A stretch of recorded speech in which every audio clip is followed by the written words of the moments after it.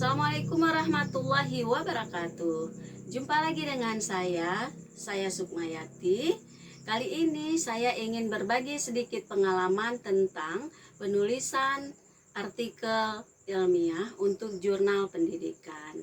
Nah, saya ingin menyapa Bapak Ibu guru dan juga mungkin adik-adik mahasiswa yang membutuhkan informasi tentang penulisan artikel ini. Mari sama-sama kita dengarkan pemaparan berikut ini. Langsung saja kita mulai pembahasan kita pada kesempatan ini, yaitu tentang penulisan artikel ilmiah untuk jurnal pendidikan. Nah, mungkin sebahagian dari kita ya, ada yang masih bingung apa sih yang dapat dikembangkan menjadi sebuah artikel. Nah, sebuah artikel itu dapat bersumber dari ide atau metode baru, itu bisa dikembangkan menjadi artikel. Kemudian bisa juga inovasi media pembelajaran ya, kita mengembangkan atau suatu temuan dalam bidang media pembelajaran. Atau bisa juga dari masalah aktual yang biasa kita temui dalam keseharian kita selama mengajar mungkin. Nah, sumber ide itu bisa berasal dari pengalaman kita pribadi atau bisa juga pengamatan pengamatan kita terhadap pengajaran orang lain, atau kita bisa berdasarkan diskusi sejawat ya, diskusi kita dengan teman-teman satu tempat bekerja atau diskusi kita dengan teman-teman satu MGMP. Nah, bisa juga berasal dari sumber survei pendapat, survei pendapat siswa mungkin, survei pendapat guru atau mungkin pihak lain yang ada di sekolah. Nah, bisa juga bersumber dari bahan bacaan. Mungkin kita bisa mendapatkan ide dengan membaca jurnal atau tulisan orang lain, dari majalah, dari buku mungkin, atau bisa juga dari surat kabar. Nah, hasil penelitian juga bisa dijadikan artikel ya. Dalam hal ini hasil penelitian sederhana saja, tidak mesti yang kompleks seperti skripsi, tesis, atau disertasi ya. Kita bisa hanya menggunakan PTK atau penelitian tindakan kelas kita yang dirubah bentuknya sesuai dengan format artikel. Bisa juga best practice atau pengalaman terbaik kita. Bisa juga eksperimen setelah kita menggunakan metode tertentu untuk mengajar. Bisa juga berdasarkan survei kita terhadap respon siswa, misal tentang metode yang kita gunakan atau media yang kita gunakan, atau respon guru terhadap metode atau media yang kita gunakan dalam mengajar. Nah, kemudian kita melihat komponen artikel. Apa sih yang harus ada dalam sebuah artikel ya? Secara umum ada 5 komponen yang harus dimiliki oleh sebuah artikel. Yang pertama ada judul, kemudian ada identitas, kemudian abstrak, kemudian yang keempat body atau isi, kemudian yang terakhir adalah referensi. Nah, kita lihat judul sebuah artikel itu yang bagus atau yang efektifnya yang bagaimana. Nah, yang pertama dia menggunakan frasa atau kelompok kata, bukan kalimat. Kemudian hindari menggunakan singkatan karena bisa menimbulkan kebingungan dari pembaca mungkin. Terus berisi kata kunci ya. Kemudian menggambarkan isi artikel sehingga harus menyambung antara artikel dengan abstrak, karena abstrak itulah yang menggambarkan artikel. Kemudian bahasanya juga harus menggunakan bahasa baku, tidak boleh bahasa pasaran. Kemudian lugas dan provokatif. Apa yang dimaksud provokatif ini? Provokatif ini bisa menimbulkan keinginan orang untuk membaca, menimbulkan penasaran untuk membaca tulisan kita. Kemudian maksimal kata-katanya yang ada di judul sekitar 12 kata ya, tidak boleh terlalu panjang. Nah, itu yang pertama tadi judul. Yang kedua identitas. Identitas sebuah artikel itu terdiri dari nama penulis tanpa menggunakan kata oleh ya. Misalnya setelah judul langsung nama dan biasanya tanpa gelar. Kemudian di bawah nama ada nama lembaga atau instansi kita dan alamatnya.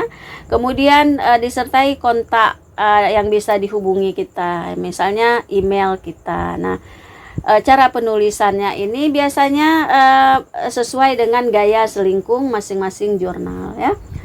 Terus yang ketiga, abstrak. Nah, sebuah abstrak sering disebut sebagai ringkasan dari artikel. Kemudian abstrak mencakup isi artikel yang di dalamnya berisi tujuan penelitian, metode penelitian, hasil penelitian, dan simpulan dari penelitian kita.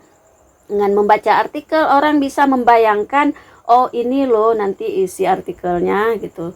Kemudian seperti di judul tadi juga berisi kata kunci. Nah, kata kunci ini penting ya, karena dia digunakan untuk menentukan indeks dari tulisan kita.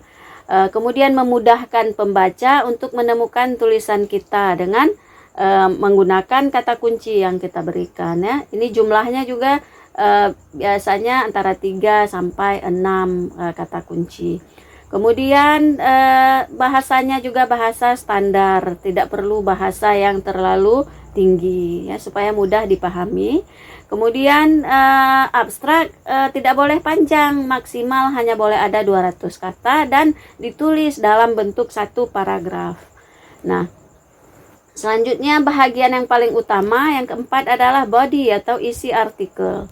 Isi artikel ini terdiri dari 4 bahagian. Yang pertama pendahuluan, kedua metode penelitian, ketiga hasil dan pembahasan, dan keempat adalah simpulan.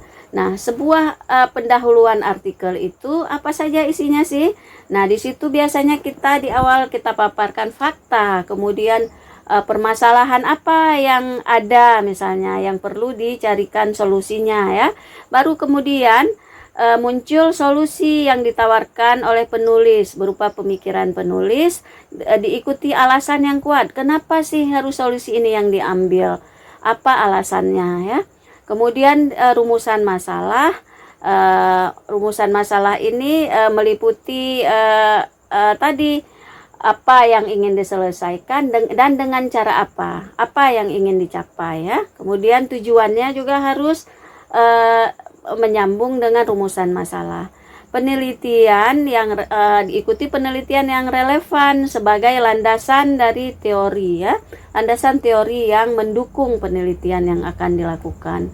Nah, setelah pendahuluan diikuti oleh metode penelitian. Nah, dalam metode penelitian ada beberapa hal yang perlu ditulis. Yang pertama, jenis penelitian harus ditulis secara jelas. Penelitiannya apa? Berbentuk kuantitatif atau kualitatif mungkin ya, atau penelitian tindakan kelas. Kemudian subjeknya, siapa saja yang menjadi subjek penelitian kita. Kemudian sampelnya ya, berapa orang sampelnya, dan bagaimana teknik pemilihan sampelnya. Apakah secara acak atau random sampling atau purposive sampling atau snowball sampling misalnya. Nah, itu harus ditulis. Kemudian teknik pengumpulan datanya, bagaimana tekniknya ya untuk mengumpulkan data. Kemudian instrumennya, menggunakan alat ukur apa untuk mengumpulkan data, apakah tes, apakah menggunakan kuesioner, apakah ada wawancara, apakah ada catatan lapangan, anecdotal record, dan sebagainya. Nah, kemudian prosedur penelitian berupa langkah-langkah yang dilakukan oleh penulis untuk melakukan penelitiannya. Kemudian bahagian dari body yang berikutnya adalah hasil dan pembahasan ya. Hasil ditulis secara jelas, lugas, dan menggunakan kalimat sederhana, tidak bertele-tele ya, bahasanya mudah dipahami. Biasanya untuk menampilkan data digunakan tabel untuk data yang jumlahnya sedikit, atau gambar ya, atau grafik yang datanya mungkin lebih banyak atau lebih kompleks ya. Nah, yang perlu diingat lagi, apabila kita sudah mengisi suatu data di tabel, tidak mengisinya lagi di grafik dengan data yang sama, kecuali datanya yang berbeda. Kemudian penyajian hasil harus bersistem ya. Misalnya kita cara menyajikan data dari yang utama diikuti yang pendukung atau sebaliknya. Yang keempat, pembahasan merujuk ke hipotesis atau rumusan masalah. Jadi tidak lari atau tidak terlepas dari rumusan masalah yang sudah kita buat di awal tadi. Selanjutnya, analisis hasil penelitian yang berupa perbandingan antara hasil penemuan penelitian kita dengan penemuan sebelumnya. Ya, di mana perbedaannya misalnya antara penemuan sebelumnya dengan penemuan kita. Kemudian yang keempat, body sebuah artikel berupa simpulan ya. Simpulan itu merupakan jawaban dari hipotesis atau rumusan masalah. Nah, tadi kita misal merumuskan satu masalah, maka simpulannya juga satu. Kalau dua rumusan masalah, simpulannya juga dua. Jadi harus linear ya. Kemudian simpulan yang kita ambil harus berdasarkan fakta, tidak boleh yang tidak ada tidak ada bukti dari penelitian kita. Kemudian kalau diperlukan ya, kemukakan saran. Tidak semua artikel harus ada sarannya di bagian simpulan ya. Kemudian ya yang disampaikan apa yang menjadi temuan kita, tidak boleh di luar dari yang ditemukan. Bahagian akhir dari sebuah artikel adalah referensi. Referensi ini merujuk ke jurnal dari hasil penelitian terbaru yang tidak boleh terlalu lama ya. Paling lama lah 10 tahun 10 tahun terakhir. Nah, dianjurkan ya dalam setiap jurnal itu kita mengutip ada referensi lebih banyak dari jurnal daripada dari buku ya. Kemudian ikuti gaya selingkung jurnal, karena setiap jurnal memiliki gaya selingkung yang berbeda. Ada yang menggunakan gaya penulisan berdasarkan APA, ada Harvard ya, dan lain-lain. Nah, demikian pembahasan kita tentang penulisan artikel jurnal pendidikan. Terima kasih atas perhatiannya. Assalamualaikum warahmatullahi wabarakatuh.